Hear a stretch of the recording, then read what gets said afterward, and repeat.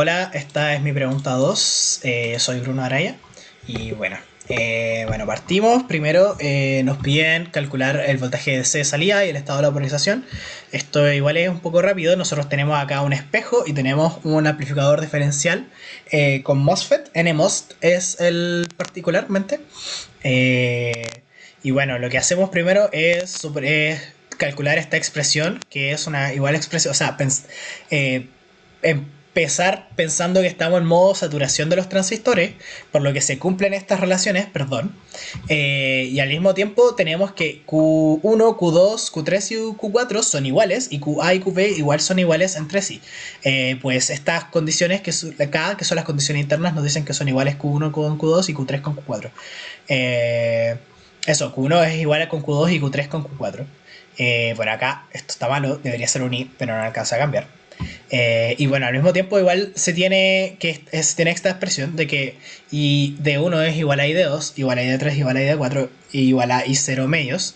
Pero I de A es igual a I0, que I de A es la corriente que está por acá, entonces en efecto es I0. Y I0 es. Y todos nos dijeron en el enunciado que todos los ID son 2 voltios. Por lo tanto, a partir de esta expresión podemos ver de que IDV va a ser igual a 2ID1 y eso va a ser igual a 2MA. ¿Por qué? Porque IDV es este término acá y les va a entrar ID1 y le va a entrar ID2. Y bueno, ID1 es igual a 1 miliampere. Bueno, nosotros seguimos y por la misma condición, nosotros nos damos cuenta de que K3, o sea, nos damos cuenta de esta expresión para I de 3 igual a I de 4, por lo que nosotros igual proseguimos y al aplicar la condición de saturación podemos calcular VGS3, que va a ser igual a raíz de 2 más EBTR. Por lo has visto en clases, VTR es aproximadamente 0,5 en voltaje de saturación, entonces yo le apliqué ese y dije como, entonces VG3 va a ser 1,91, igual a VGS4, pues los diodos son iguales perdón, los transistores son iguales.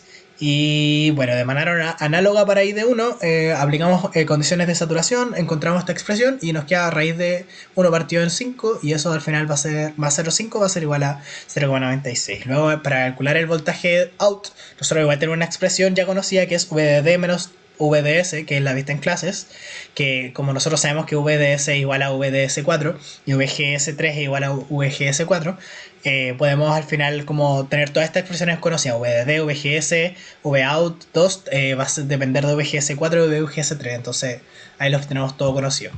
Bueno, para la parte B, tenemos que analizar la banda media y para ello pasamos a calcular la ganancia media. eh, o sea, eso, necesitamos calcular la ganancia media y para ello procedemos haciendo un análisis en pequeñas señales, aplicando el modelo de señal pequeña para los MOSFET, que es este para 1 y esto mismo se replica para 4. Nosotros notamos como que esto, como se puede replicar para 4, la capacitancia interna está filtrando en altas frecuencias. Eso. Y luego, si examinamos el modo diferencial del circuito, que esto es en verdad lo importante, nosotros notamos que solo nos basta analizar la parte del amplificador diferencial, de la ganancia diferencial en pequeñas oscilaciones, en el lado derecho, con el lado derecho me refiero a este, ya que solo lo que pasa en el lado izquierdo va a ser exactamente lo mismo. Eh, y bueno, haciendo eso, nosotros notamos que como Q3 es igual a Q4 y Q2 es igual a Q1, podemos hacer eso. Y luego notamos que QB es equivalente a la Tierra, es equivalente a una Tierra en pequeñas oscilaciones. Por lo que si asumimos que el amplificador diferencial está balanceado, que es aplicarle básicamente estas condiciones, podemos llegar a una ecuación vista en clase que es esta, que es la diferencial. La ganancia diferencial va a ser Gm2 partido en Gm4. Esto va a ser la diferencia entre K2 partido en K4 en raíz.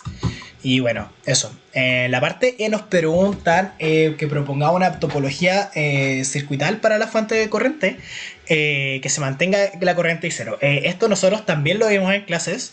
Se nos explicó que existe una topología en particular, que es esta, que es como una especie de cascadas hacia abajo, que en verdad no sé el nombre, de transistores MOSFET que están conectados el punto G con el punto D. Y estos regulan la corriente ID de tal que se mantenga. Bueno, ¿y esto cómo funciona? Nosotros igual conocíamos esto, yo lo conocíamos de clases, pero vamos igual a analizarlo un poco. Y por apunte, nosotros tenemos que VDD es menos VSS, va a ser, partido en N van a ser igual a todos los VGSI. ¿Por qué? Porque VGSI, como les dije, el punto G va a estar conectado en el D. VGSI va a ser igual al voltaje en GS, va a ser igual al voltaje en DS. Y bueno, eso. Y eso va a ser igual al voltaje de referencia, que va a ser el primero. Yo lo nombré acá como el primero de los transistores. Bueno, nosotros tenemos esta expresión. Y luego le aplicamos un...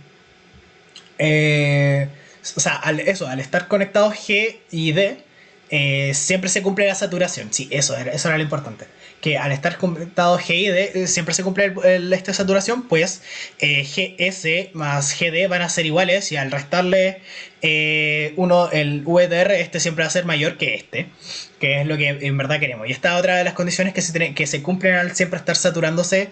Esto se cumple sobre todos los transistores MOSFET que añadimos en cascadas. Luego reemplazamos I0, reemplazamos, ya que nosotros conocemos VGS de referencia, que esto, en verdad esta expresión igual se saca por la diferencia de VDD menos V... Oh, acá me faltó, es VSS.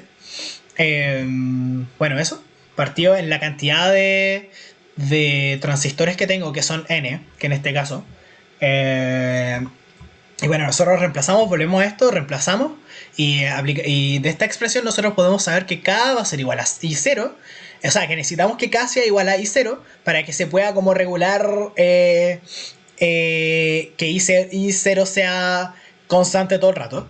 Y bueno, y nosotros aplicamos de nuevo la condición de que VDR es igual a 0,5, y nos queda esta expresión de acá, al final. De que nos queda una expresión de que nosotros, el número de MOSFET que necesitamos para el cierto voltaje va a quedar en función de esta expresión. Una constante por el voltaje de D nos va a dar el número de MOSFET, que son los que nosotros pedimos para que se cumpla esto. Ahora, para la parte F, nos piden una topología de salida para convertir este amplificador diferencial en un amplificador operacional. Bueno, lo que nosotros en verdad sabemos, queremos, es que el amplificador diferencial se le genera una replicación de su salida a un lugar, porque eso es lo que nos falta del amplificador diferencial para que se convierta en una operacional, que es que se replique de alguna forma su salida, pero con una alta impedancia. Y por eso la idea es colocar algo que nos permita que la ganancia sea igual a 1. Eso. Entonces, para eso por la idea en verdad del auxiliar, se nos ocurrió ver el seguidor de voltaje, que es este. El seguidor de voltaje, para ver como esto, yo pensé en hacer un análisis AC en un comportamiento de ganancia, o sea, para analizar el comportamiento de la ganancia, porque yo en verdad al final quería que la ganancia fuera 1. Y bueno, al final hice el típico análisis a hacer, como cerrando todos los condensadores abriendo todos los condensadores de alta frecuencia y cerrando los de poca. Y notamos que VP va a ser igual a VIN menos VOUT, pues son por el análisis en el nodo. Bueno, entonces después hacemos un análisis en LVK en 1, nos queda esta expresión, reemplazamos VP, después reemplazamos, tiramos todo para abajo, y nos queda esta expresión. Pero nosotros acá notamos que lo único que nos diferencia de que esto sea 1 es RE, pero RE en verdad es muy grande. RE era del orden de 1 kilo ohm, creo, en el enunciado. Y bueno, en verdad nosotros pensamos de que si esto al final, es que esto tiende a 0. Entonces podemos aproximar esto a 1, y al final este es el seguidor de voltaje, que es lo que nosotros queríamos que pasara. Y bueno, eso. Muchas gracias.